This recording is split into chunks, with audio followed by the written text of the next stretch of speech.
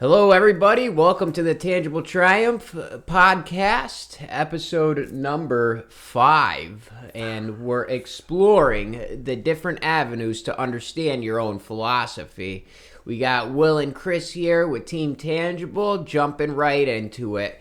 And we're really going to kind of explore the different options philosophy has to offer. There's no one right way to walk into your journey through philosophy, and philosophy carries you throughout life and determines the type of person you're going to be.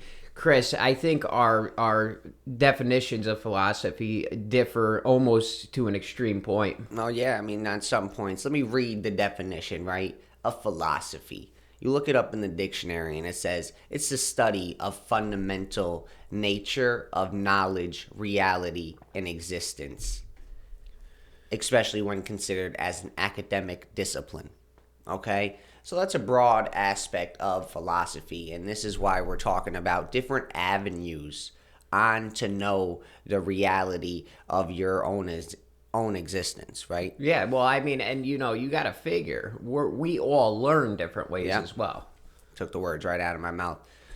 And me personally, I learn a lot better if it's music. I learn from music. I learn from different artists, and I learn from different melodies. And realistically, I take a lot out of music, and how music impacts my life on a day-to-day basis is a crucial understanding. Like, if I don't go one day without music, my day almost feels incomplete.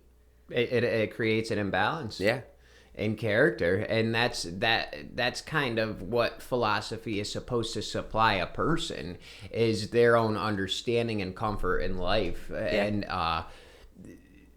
the way I put it is that music is a way for you to either meditate or digest what you're going through in life, because music can literally speak existence, speak life into your being.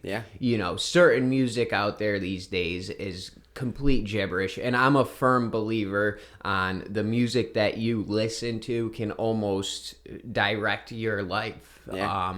And the words that are spoken through the music can definitely influence your decisions. Definitely. Because you see them talking about, talking about the gibberish music. In some people's eyes, it's not gibberish, but at that same token of what you said, it's like when they're talking about popping Zans and sipping lean and, doing this and doing that, like, don't you want to do that then? And I see people who tend to just do it because, this is what Little Xan's doing, or the Pete, idol. whatever. Yeah, they're idols, whoever they look up to, and this is what they're doing.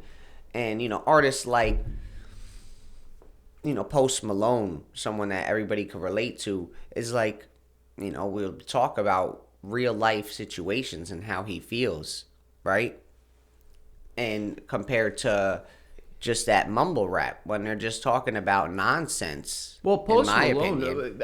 I agree with you. Listen, I like to vibe out to it sometimes, and it's definitely, I'm more into it for the beats. Oh, I yeah, like no the doubt. beats of it. Trap beats are hot. But, even Post Malone himself said it. I can't remember the article I read it in, but he said it. Somebody asked him, how do you make such good music? He said, because I'm just trying to be everybody's friend. Yeah. I'm trying to reach people through what I've experienced. Yeah. And that is the complete idea of philosophy. Philosophy wouldn't exist if an artist didn't sit down and say, what matters to me the most, and how can I directly contact people and make that connection. Yeah. You're not even sitting in front of this person, and guess what? You can feel what they're their feeling. Emotions, their thought process. I mean, everything is through music. I mean, that's why I love it so much, is because every artist puts out their knowledge through their music, their reality and their existence, and what they perceive out of it. And it goes the same thing with, how you learn with reading, is every author puts his thoughts and feelings in the book. Yeah, I mean that's my take on philosophy. I'm very visual. Yeah. I have to see things to kind of understand it, and also need to really digest it and even possibly write things down myself and portray it, kind of mimic what I'm reading, and then make my own assumptions and perception on it. Yeah. Let's backtrack a little bit though with music, right? Yeah. Now, it may be heavy for you, and I also feel it too, right? With music, even the vibrations that a certain sound gives off Yeah. can change your entire mood. Yeah. Let's bring it to like the Tibetan singing bowls.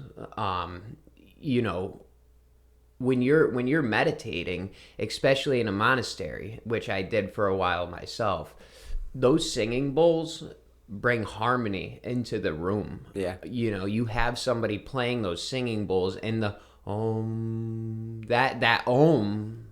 that eternal sound is almost soothing. Oh, it is very soothing, because it's proven over time and time that different vibrations and different hertz and levels will connect you personally with it. Yeah. And this is what I'm saying, like, music makes that connection between your subconscious and conscious to Absolutely. create harmony within yourself.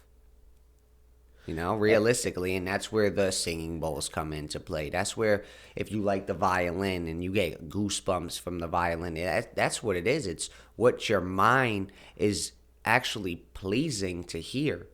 And that's why I like music and love music so much, is because it's very peaceful.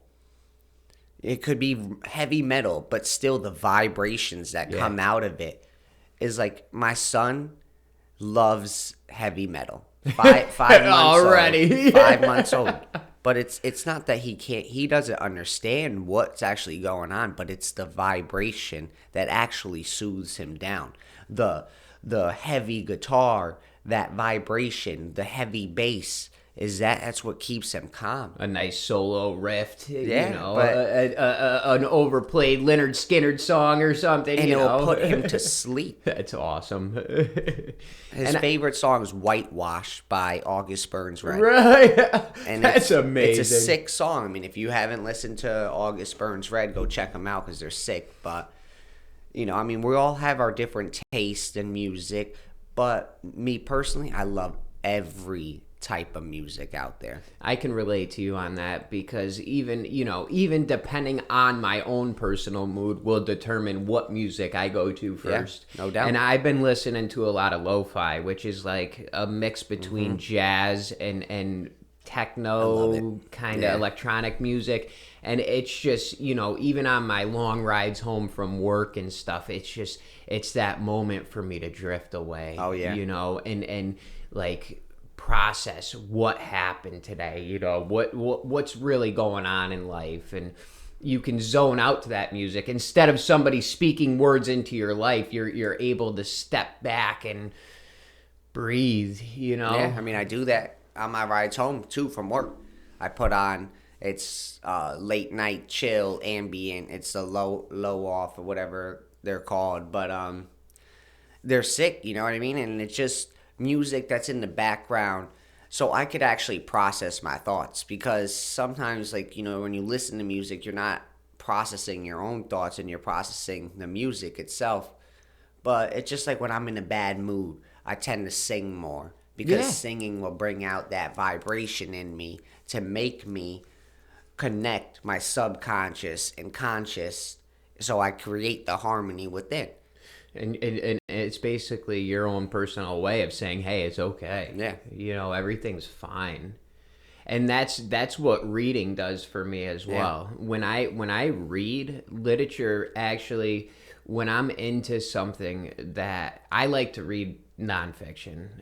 Fiction books, the last real good fiction book I read was Harry Potter.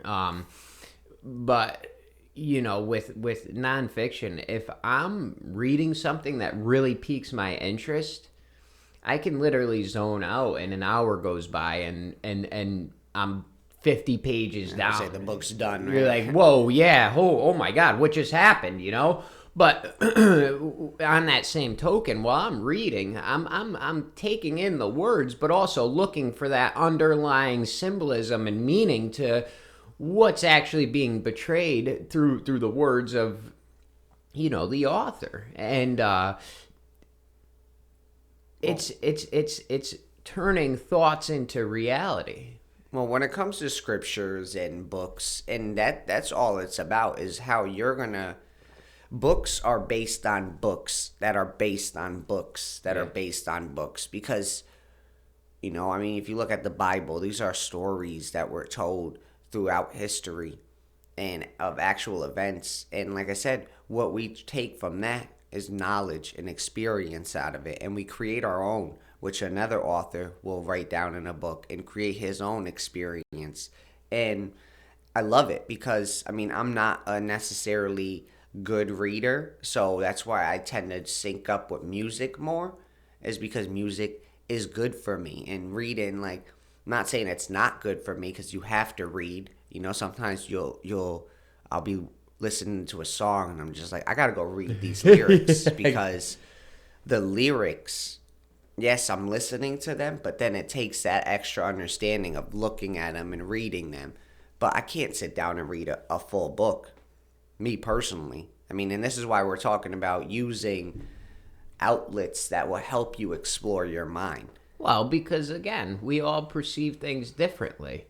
Oh, yeah. I like to see the words on the paper, because then I can reread the same sentence 4 or 5 times. I even have gone to the extent of perceiving the same sentence 4 different ways. Yeah. Like, what's the author really trying to tell me here? And you could break it down. And I know, you know, we've talked about it a couple times over the past few weeks. I've been reading The Secret Teachings of All Ages by Manly P. Hall. And it jumps right into what you were actually discussing before. You know, the Bible has some great stories.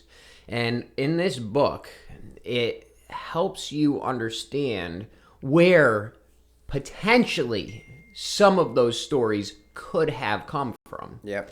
Because if you look into past ancient cultures, the ideology is almost the same. Oh, yeah.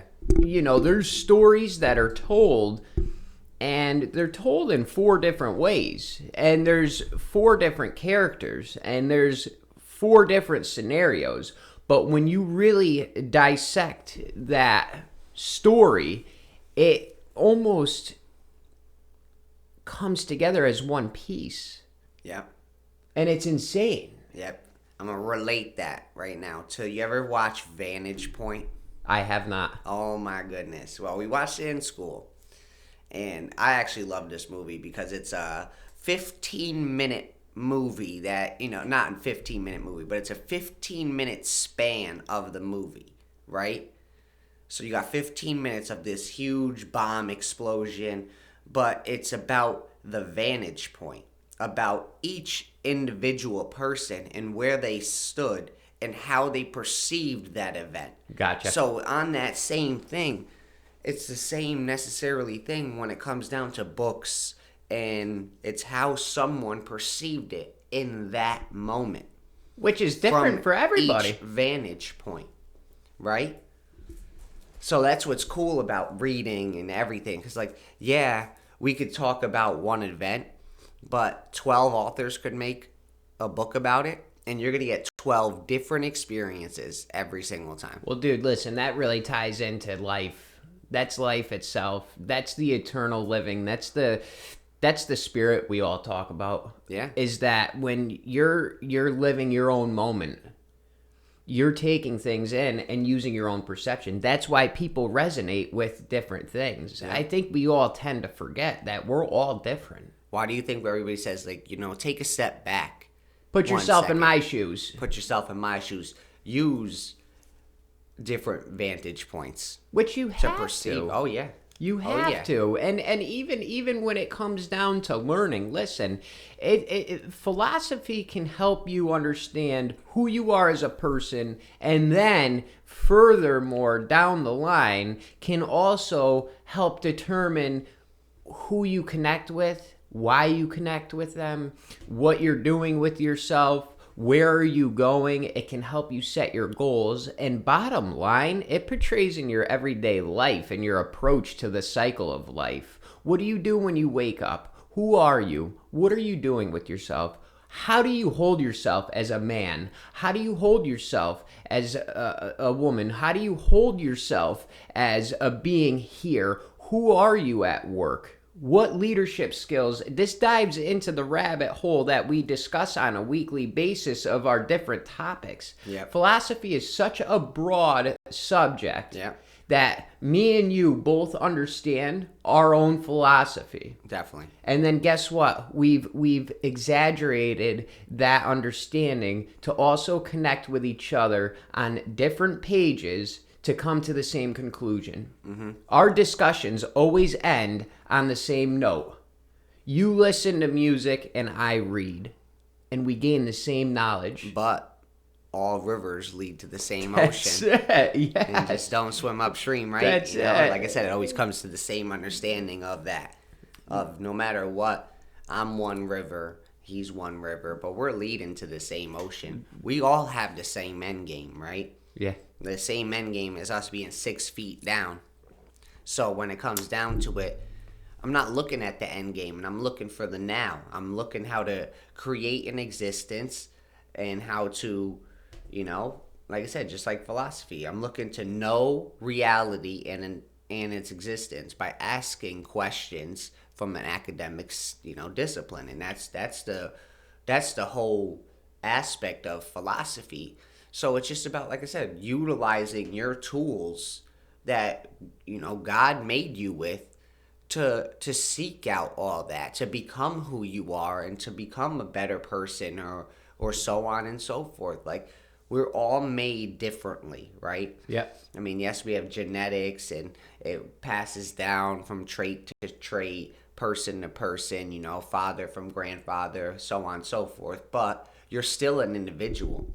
And you still learn from different aspects. I mean, I like Eric Thomas, and he says he doesn't do anything unless it's, you know, he doesn't do anything unless he wants to do it. So he's not like sitting down. I'm not like, same thing with me. I'm not sitting down reading a book because I know it's not going to do anything for me. Right. So I'm not going to waste my time or my effort to get all aggravated with it because I could just listen to music and have it be the same Well, you thing. could find a better way to come to an understanding. Exactly. And that ties right into where I was going to go with this conversation next, was that, you know, the more you understand your inner self, the more you have to offer the outer world. Definitely. Once you begin, it all starts with really understanding who you are as a person.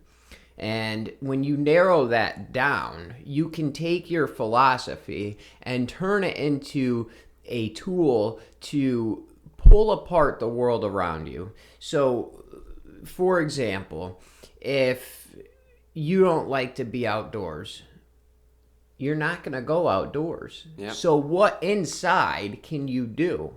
I would say read. Mm-hmm. Or find a hobby. You know, do you sew? I don't know. You know, do you like to cook? Or, you know, you start with a huge canvas and then narrow down onto a single understanding. You know, Eric Thomas, he does what he wants. Well, No doubt. I think that should be the take that we all have every single day. You know, all right, so look at it this way, right? I'm a giver. I love to help people. I'm very community driven. I enjoy to help others and really give back. But I wouldn't be able to do that if I didn't understand myself as a person. A lot of people would look at it as I'm being taken advantage of. That's not what it is. That's not your vantage point, man. That's right. Yeah, no, you're right, of course, because listen, there are certain circumstances you can get into that you're being taken advantage of. Oh yeah, no doubt. And that ties in with your philosophy and understanding. Yeah. You understand yourself as a person, and now if somebody's calling you every day for help, you got a problem. Definitely. But it's the reality of the subjects you discover as a person. Like, what works for you? What mold do you necessarily fit in? You have to be willing to kind of explore different avenues until you find that one that really works. Let me back that up. Go ahead. It's because it sound a little... Don't fit in that mold. Every mold is not built for you. But what we're trying to tell you is that philosophy is in every single thing if you just look at it. Absolutely. It goes to symbolism. Yep. It goes to hearing things, listening to things. It's the nature of life that we live in. It's the fabric of what we are. Philosophy is the why, the who, the what, the when, and that's not saying dive into the rabbit hole of these questions, but if you're not willing to question life on your own terms, then what are you necessarily doing with your own life? It's not about being heard, it's about doing. And when you practice philosophy to a certain point, you become a person of your word and you become a person of your thoughts, and you continue to lead your own life in the right direction. Well, yeah, how I take it, it's just differing understandings and how you're going to perceive them. Yeah. You talk about understanding others, and that's why I love music so much, is because the music makes me understand the author, the band, and why they did it, what's going on, and so on and so forth. So that's all that's all I'm saying is that the art of music and the art of philosophy is necessarily the same thing. Just like the same thing with you is like the art of a book is technically the art of their philosophy, right? Unless it's a fiction book and they're just making up stories. Which you could still gain philosophy out of that. It's still how the author was perceiving that moment of time, and this is the story that came out of it. There's people that literally develop an entire world in their own mind. And I love it. And it's just a portrayal of what they see as the perfect world, right? Yeah. So this is the Meditations by Marcus Aurelius, and I love it. I've been studying Stoicism for about 1.5 years now, and I just want to take something and read it and leave it up to you as the viewer to kind of digest, or we can even jump into it. Nothing happens to any man which he is not formed by nature to bear. The same things happen to another, and either because he does not see that they have happened, or because he would show a great spirit, he is firm and remains unharmed. It is a shame, then, that ignorance and conceit should be stronger than wisdom. And that really just goes to show you that your own philosophy determines the consequences of your own action. What is wrong with taking a moment to yourself? Yeah. What is wrong when you feel uncomfortable with something, when you're in fear, when you're presented with something that you've never been in before or been through before? What's wrong with stepping back? Philosophy is the sword that you carry on your side that helps you direct your life on the right path.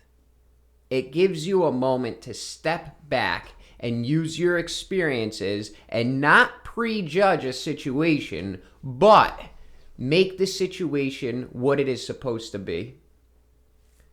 And what it's supposed to be is how you perceive it and how you actually go about it.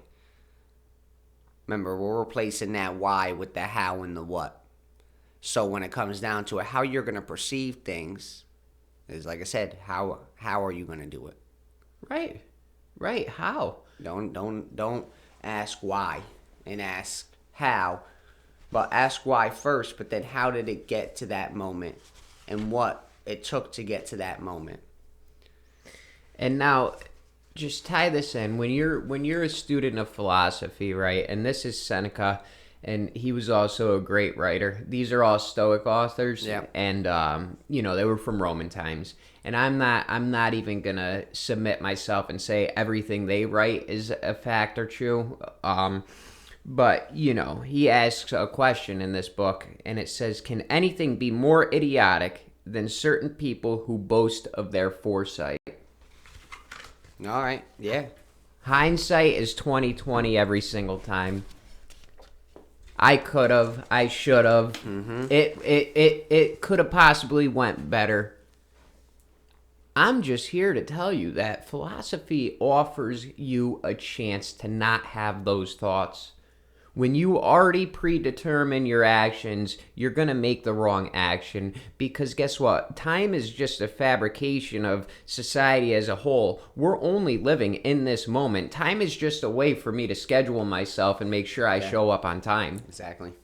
And every moment is changing and changing. Every moment of the day moves forward with itself.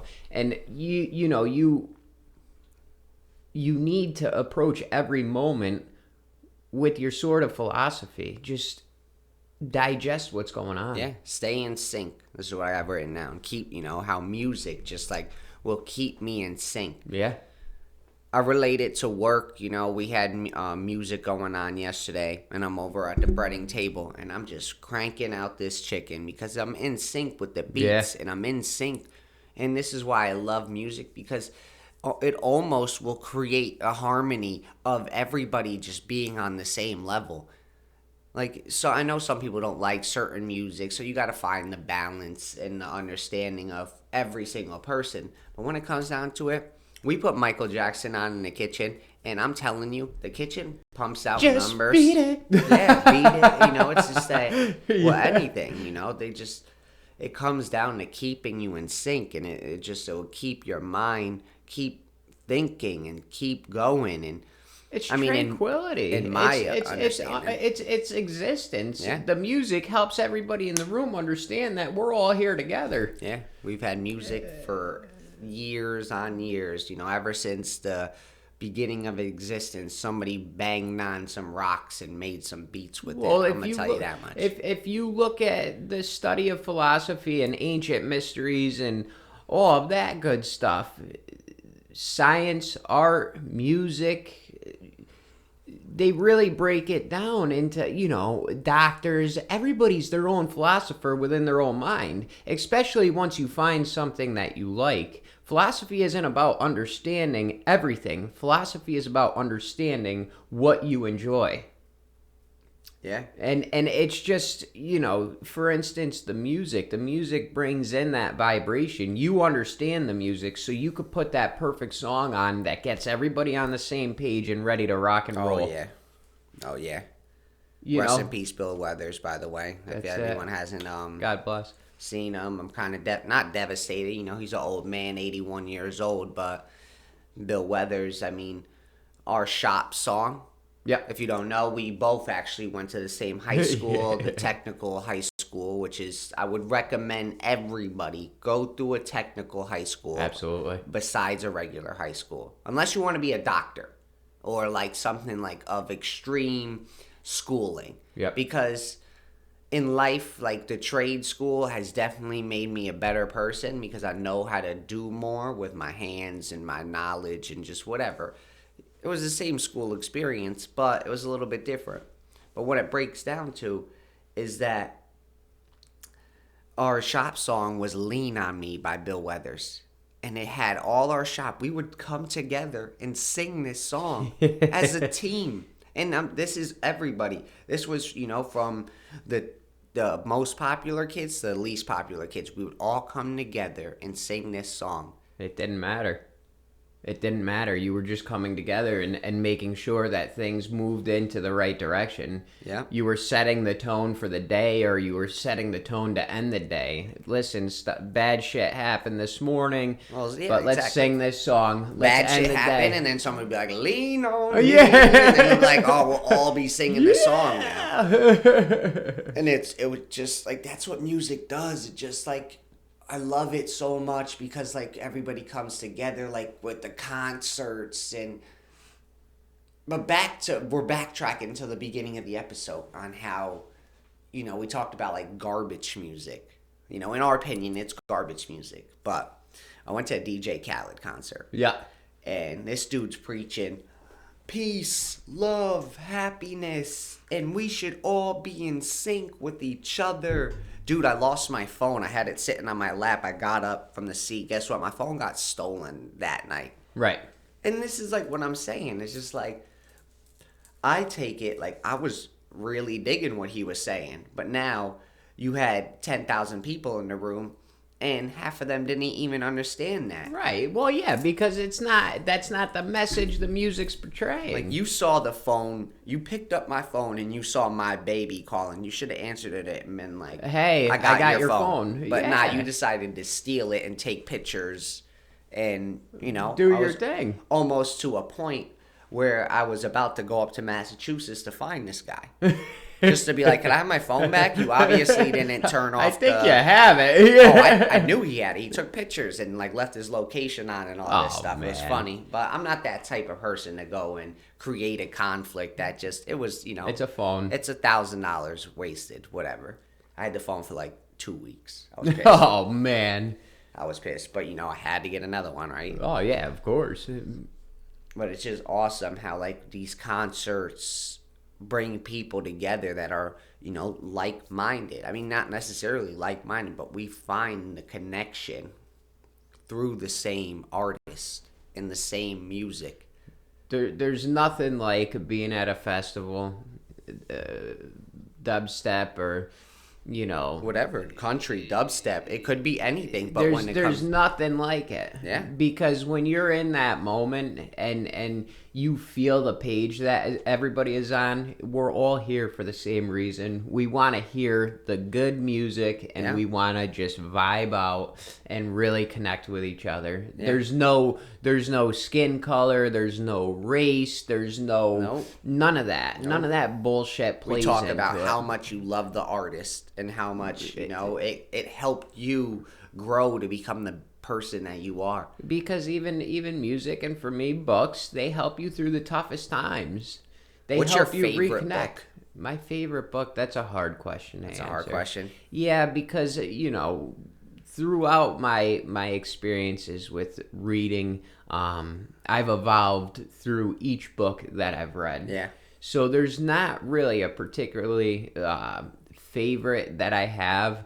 But The Secret Teachings of All Ages by Manly P. Hall, I've read the book, I think, twice now. Okay. So, and I'm reading it for a third time because, my memory retention, for one, is about the size of a snail. And I do forget a lot of the stuff that I read. So every time I read these books, I also develop a new understanding. But that's why I love music, because music's catchy, and like once when you know a song, you never forget it. Yeah, yeah, but also music could play a different part in your life at the time that you're in. Yeah, I mean, a sad song, you could be sad and be sad with the artist, or a sad song, you could reminisce and remember how sad you used to be. Yeah. I was going to say that. I listen to sad music to make me happy. Yeah. But that's different. Yep. But it's just like, I would ask you your favorite book because I'm bringing it back to my favorite concert. We went to David Gilmour at Madison Square Garden. If you don't know who David Gilmour is, we're not friends. Okay? But, nah, he's the lead and vocal of Pink Floyd. Nice. And, Pink Floyd, one of my favorite artists. I couldn't have the opportunity to go see them live personally, so I took the next best thing and saw David Gilmour. And I'm telling you, the emotion and the vibrations in that room with me, man, I teared up at least 12 times because, like, this is awesome, and it's just like how everybody in the room was just feeling the same thing. That guitar, that boom, yep. Yep. You're bringing the vibrations into the room right now. Yeah. And it's so awesome how his philosophy on the music, he knows what string to pluck to make the audience thrive and just keep going. it's just such an amazing thing how artists could actually connect other people through the existence of their own philosophy. It's funny you bring that up because I went and saw Eric Thomas live, Yeah. and he gave a lecture, and I've never seen a room full of grown men almost on the verge of tears just because of how this guy was relating his own life experiences and then connecting through the solution to those experiences. Like, listen, I went through this and you don't have to. Yeah. Or if you're going through this right now, I hear you, but get up. Yeah. You know what I mean? love Eric And Thomas, too. it's crazy. You know, Eric Thomas is the jump down your throat type of guy, but he gets his message across. And it's just, you know, he hammers it into you to the point where you don't have a choice but to understand or turn it off. Yeah. You know, True. and people that don't like him, don't like him. But the people that follow what he says and you know, his lectures and whatnot, you know, the guru story. But, you know, if you understand what he's trying to say, and he speaks very loudly to people that have gone through trials and tribulations, when you understand it, you get it. And then it's a way for you to climb out of the hole that you're in. Or if you're out of that hole, it reminds you never to go back. Yeah. And he does that through his teachings, and he has a book out too, if I'm not mistaken. And Yeah, go read it. It's actually that's on my agenda to read his newest book that he just released. You know, it's kind of cool what he's doing now. Yeah. Oh yeah. But, you know, I think really what we're trying to get across to everybody here today is find your own way into philosophy. Definitely. And there is no definite answer. There is no exact way, but start with yourself and really try and understand where you're going and why you want to do what you want to do. Yeah. I mean, to understand philosophy first is not necessarily, you don't have to know who you are yet, because philosophy will bring that knowledge and understanding. Oh, yeah. So don't be afraid to embrace this journey of philosophy. But like I said, use it as an educational, because when it comes down to it, it's like you need to keep growing your mind and your body. And this is what philosophy does. It makes you learn. It makes you do all this stuff, because if it wasn't for philosophy, then I don't even know where we'd be at right now. Well, you wouldn't be able to progress and build upon what you already have. Yeah. Because once you have a solid foundation leads to a strong house. Oh yeah. And you know, without your knowledge of what you already know, you wouldn't understand that there's plenty more to learn. Oh yeah, there's never enough to not learn. You're never a master. I mean, you are something, you know, you're a master of your trade or whatever, but you're never really, because you're always going to be learning more and more and more. No, technology is always advancing. Mm-hmm. There's always a new way to do something. And, you know, you just have to be open-minded enough to really get that point and understand that you will always have to learn. You will always have to sit down and digest the world around you. Yep. Use outlets that will help you explore your mind. That's what we're talking about today. And this could be in any aspect, but for you, the viewer. Yep. It's not saying that music is the right way. We're not saying that reading is the right way. Sometimes maybe a hike's the right way for that day. Oh yeah. Maybe just meditating and so on and so forth. Like I said, each and every one of you are an individual of your own self. So use what's actually going to work for you. Yeah, have the ability to understand who you are and what moment in life you're exploring at that time and moment. And try new things. Oh yeah, absolutely. I wish this whole, lockdown was off, because I want to go try this eye float, the sensory chamber. This cool. the water. Yeah. You float in the water. Yeah. The weightless capsules or whatever like that. So I could use that to understand different philosophy, because while I'm in that chamber, I could be thinking and thinking. You're gonna enter a different realm of your mind. Yeah. So on that, thank you for tuning in. Thank you for listening to Tangible Triumph at the Eagle's Nest. And I did say the end quote before, but let's have Will say it now. That's it. All rivers lead to the same ocean, just don't swim upstream.